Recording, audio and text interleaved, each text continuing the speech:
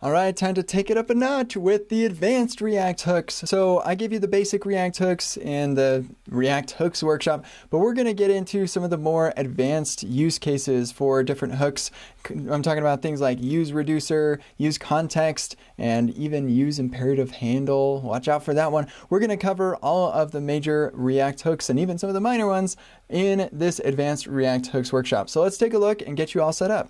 So here's our advanced React hooks. We come down here to our setup, copy paste this in your terminal, and you're off to the races. So here's the project. We're hanging out here in the exercise folder.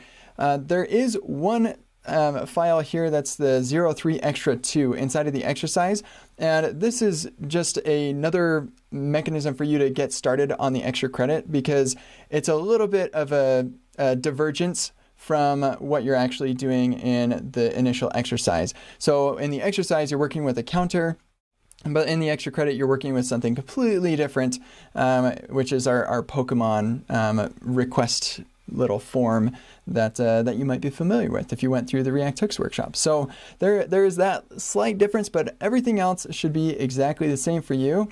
And yeah, if we pull this up, we're going to see that we're working with use reducer, and then we're working with use callback, and use context, use layout effect, use imperative handle, and use debug value, which I think that you're going to really enjoy. So here we're going to get a lot more into custom hooks, and we're going to dive into some of these hooks that you may not really know, like what's the use case for use imperative handle or use layout effect, like how is that different from use effect? You're going to learn about all of that stuff in this workshop. I can't wait for you to dive in and see some of these real world use cases for these different hooks and get a little bit more experience with custom hooks, because that's actually one thing that is common for people to have a little bit of trouble with. So you'll have even more experience with making custom hooks here.